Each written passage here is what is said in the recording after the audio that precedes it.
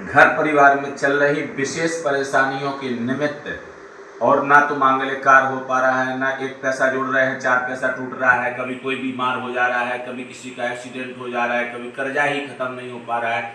अनेक प्रकार की परेशानियां घर में निरंतर चली आ रही हैं। कई बार ऐसा भी होता है, लोगों को अकाल मृत्यु से मरे हुए लोग दिखाई देते हैं। घर में कभी न कभी कोई ना कोई व्यक्ति जो है दिखाई देता रहता है। ऐसी अगर स्थिति आपके घर में बनी है तो एकमात्र उपाय करने से यह सभी समस्याओं से आप मुक्त हो सकते हैं।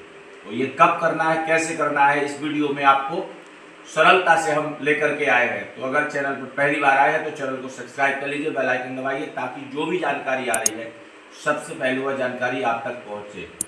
नमस्कार, मैं सुरेंद्र शास्त्री बनारस से और आज हम बात करने वाले हैं भादों अमावस्या की।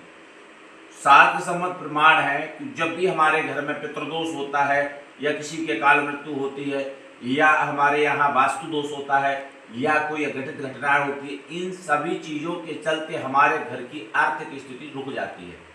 और साथ में ये भी होता है कि ना तो कोई मांगलिक कार्य होता है, ना संपत्ति होती है, और आप 1 रुपया कमाएंगे 4 रुपया खर्चा हो जाएगा, तो कर्जा की स्थिति बढ़ती चली जाती है। कई बार लोगों को अपना मकान तक बेचना पड़ जाता है। ऐसी स्थिति बन जाती है।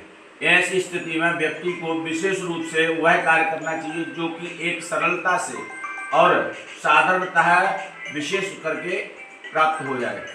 जब कोई विशेष रूप से अकाल मृत्यु को प्राप्त होता है तो हमारे परिवार में जो उनकी संपत्ति का भोग करते हैं वह लोग ना तो उनके लिए सही तरीके से तर्पण करते हैं, ना पिंडदान करते हैं, ना उनका एकोदृष्ट श्राद्ध करते हैं, ना विष्णु सहस्त्रनाम कराते हैं, ना भागवत का मूल पाठ कराते हैं, ना ही पिंडी श्राद्ध करते हैं। ऐसी परिस्थिति में वह व्यक्ति अपने मुक्ति और मोक्ष के लिए परिवार के किसी एक व्यक्ति को चुनता है जो व्यक्ति साफ और निर्मल होता है, अर्थात जिसकी आत्मा में किसी प्रकार से कपट छल छेत्र नहीं होता है, उसी व्यक्ति को बार बार दिखाई देता है।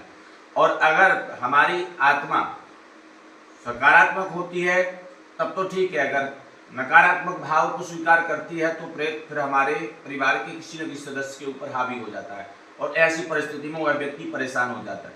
तो अगर ऐसी स्थिति है, आपके यहाँ संतति नहीं हो रही है, वंश नहीं आपका चल रहा है, पैसे की बरकत नहीं हो रही है, कलह हो रहा है, बीमारी रोग बीमारी सब लगा हुआ है, अगर ऐसी सब परिस्थिति है तो उस बीच में आपको भादों अमावस्या के दिन पितरों को तर्पण भी करना चाहिए और पिंडदान भी करना चाहिए। बिना तर्पण पिंडदान के इनकी मुक्ति नहीं होती है और यह निरंतर आपको परेशान करते रहेंगे। तो अगर आप भादों अमावस्या को पितरों को तर्पण पिंडदान करते हैं तो उससे आपको लाभ होगा।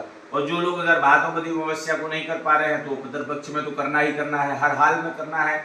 और चाहे जो परिस्थिति बने, इस 2025 में अपने पूर्वजों के निमित्त त्रिपिंडी श्राद्ध जरूर करें। अब बात करते हैं भादों अमावस्या की, तो यह 23 तारीख को प्राप्त हो रही है। 23 तारीख को विशेष करके भादों अमावस्या प्राप्त होगी। दिन शनिवार रहेगा। इस दिन आपको विशेष रूप से पितरों का पूजन करना है। करना कैसे है?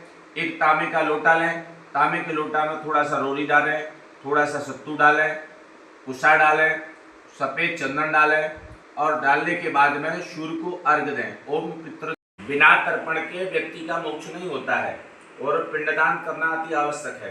क्योंकि अगर कई बार देखिए, एक प्रश्न ये आता था कि हमारे बड़े भाई अगर तर्पण करते हैं तो क्या दूसरे बेटे को तर्पण करना चाहिए या पिंडदान करना चाहिए? शास्त्र सम्मत है।